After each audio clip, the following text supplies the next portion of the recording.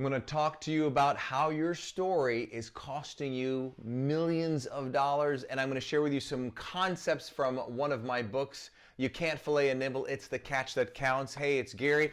If you have never subscribed to my channel, I'd certainly appreciate it, especially if it's YouTube, because we got hacked some time ago, so we're starting from scratch. I guess that's how some people have their fun. Anyway, so what about your stories? What am I talking about when I talk about your stories? How is it costing you, especially if you're in sales? This can be applied to dating, anything in life, because if you're human and you're conscious, this is something that you have to watch out for. So I'm going to give you an example. I'm going to bring up a actual text from somebody. And in this text, I'm going to share with you some information where this information is costing this person business and sales. So I'm pulling it up right now. And let me lay the groundwork for you, then we'll go to the whiteboard and I'll explain how you're allowing your stories to literally cost you hundreds of dollars, tens of thousands of dollars, maybe millions, depending on what it is that you do. So this gentleman, I met him somewhere, and he has a cool business I really liked, and he was a young fellow, very sharp, very ambitious, just really liked him. And I said to him, you know what, I want to help you out. I'm going to connect you with a very large organization, and I know for a fact they could use your services.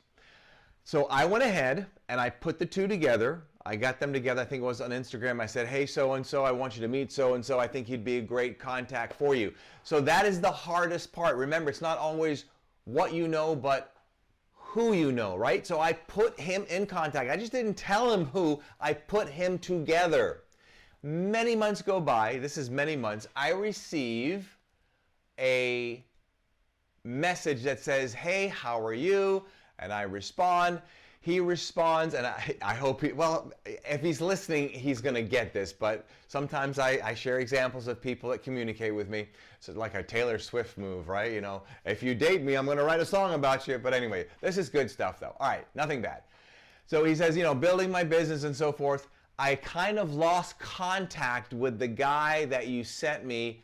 He's super busy. Listen to the next two words. I guess. That is called, in my book, a what? Story. So he believes in his mind that this person did not contact him because he believes he's busy. It doesn't mean he's right, and it doesn't mean he's wrong. It probably is very, very busy, and that's why he's not getting in contact with, I don't know, but watch out for the story. Here comes another story. I responded, it's all about this is what I talk about in this book, the follow-up, follow-up, follow-up. Now, it's nice to know that, hey, the follow-up is in the fortune. If you want that fortune, the fortune is in the follow-up. You've heard it before. But knowing that and doing it are two different things. There's a psychological reason why many people don't follow up. Let's go into this deeper.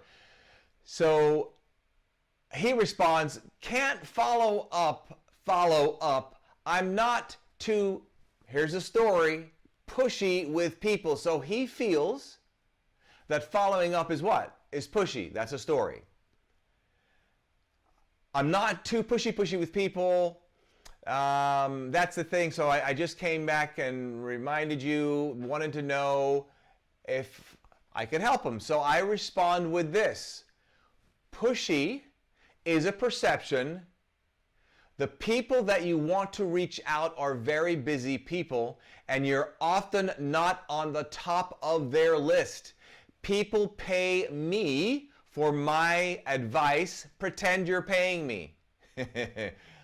Notice his response. He did not get the message. His response was, oh, well, okay, just reach out to him on my behalf. I responded, ain't gonna happen. Here's how I responded. I will be your guide, not your ride. He responds with no problem. What's my point? Number one, I've already given you the hardest part. I put you in contact with the person that if you try to do this on your own, you think you're trying to have a hard time following up now, you would be following up like I don't know how long. It would be forever for you to get a hold of this guy. All right, so let's break this down. All right, let's go to the whiteboard here. All right, so let's see what we've got. A number of different things going on. The number one thing is we have the story. Are you aware of your stories? His story says he's probably too busy, and he might be right. And it could be also that I'm not a pushy person, so he feels, what's pushy? Following up once? Twice? 5 times pushy? So the moment he hits in his mind what pushy means to him, guess what he does? He stops. So the next question is, how do we get rid of that? This is all I talk about in this book, the psychology of really mastering follow through. And the reason, and how I should say, how I came up with this title, You Can't Fillet a Nibble, it's the catch that counts. I had a gentleman that used to work for me, and he would in an effort to look good, he would tell me about all these nibbles. Yeah, we got so-and-so, he's interested, he's asking for a quote, and oh, I've got this person. Man, I heard that so much. I was so sick and tired of your story. It's just BS, it's hot air. What I want to know, what counts is the catch. Get the nibble, get the hook, bait it, bring it in, get it in the boat. That's what counts. All right, so the only way you're going to get that catch is you got to watch out for your stories. Now, I've got a particular situation right now of a gentleman who I've been contacting, and when I started contacting him via email and text, responded immediately. In the last 2 weeks, he has not responded to my texts or emails. So the first thing I have to be aware, that's the next thing now. You first, before you even get your story, are you aware? You've got to be so aware of your story. You've got to be so aware of it, incredibly aware.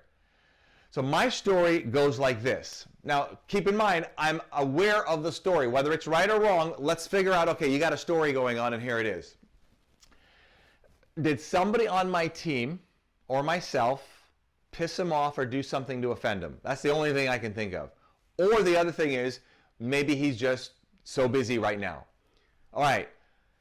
If I'm not careful, I will say, okay, well, maybe I pissed him off. Obviously, something happened because he's not responding. So what do I do with that story? If I reward that story, remember, when you have a story, you're going to do one of two things. You're going to reward it or ignore it. So if I reward that story, is that going to work toward my goals to get more business and impact more people? The answer would be no. Either one of those stories would be no. So now I'm going to reach out to him. For some people, it takes a thick skin, but this is what you've got to do. I'm going to reach out to him and say, hey, I noticed when I first started contacting you, you responded immediately. As of the last couple weeks, there's been no response. I'm sure you're busy, or maybe somebody on my team, we did something that offended you. If you don't mind, let me know. If so, I apologize, but I'm looking forward to connecting. That's what I'm going to send next. I'm sending that out today. If he doesn't respond, what am I going to do? I'm going to follow up again. I'm going to follow up with, hey, I'm sure you're busy. I'm just checking in on the above. If I've texted him, he will see the above when I text him again. This is how you play the game. So know the story. Be aware of the story. Now, here's something that you must be very, very careful of, especially if your story is not one that is going to get you results. So let's say your story was, I don't want to follow up anymore because he's probably busy. Or if he was interested, he would respond. So let's start off, let's just use the one, he's busy. So check this out. Your story says, well, he's probably too busy, and I'll leave it at that. Now, let's say that you happen to text that person and they respond, I'm so busy right now, and they add something else to it. The moment that happens, you validate that your stupid story was right. Because see, wait, the reason I didn't want to follow up with that person because I knew he was busy, and now I think I pissed him off because he responded and he said, he's too busy. Oh, see, I'm right. So now what that's going to do for you when you're ready to do another follow-up with even somebody else, you're going to go into that same story. The last person you text validated that you thought they were too busy, and then when you text them, they said that they were busy. That story must be right. And you'll carry that story on with you over and over to the next sale, the next opportunity, and so on and so on. This is a game changer if you know how to master it. The first thing, I want you to have awareness that you're creating a story. You must acknowledge that you have a story. All right? Then analyze the story. This is where you got to like maybe stop and slow down a little bit. Because what happens is ultimately you're not aware of the story. Here's the first thing. You're not aware of it. You have a story. You don't even know it's a story. In your mind, you believe it's reality. Then you reward the reality by moving on to something else and just ignoring the fact that you should have or should be following up with that person and you're not. And you just go about your business doing something else. And then you wonder why there are no sales. I'll put the link in the bottom of the description. Get this book. You can get it on audio or in a physical copy itself. That book will change your business. I've had some businesses, they just purchased the book for their entire sales team. It will be a game changer for you. Be aware, watch your story. Make sure if your story is not in harmony with your goals, ignore your story. You'll get more results. I'm out of here. Between now and the next time we get to chat, you know what to do. And if you don't, number one, subscribe if you haven't. And number two, don't let others rent space in your head. Watch your story. Go get them.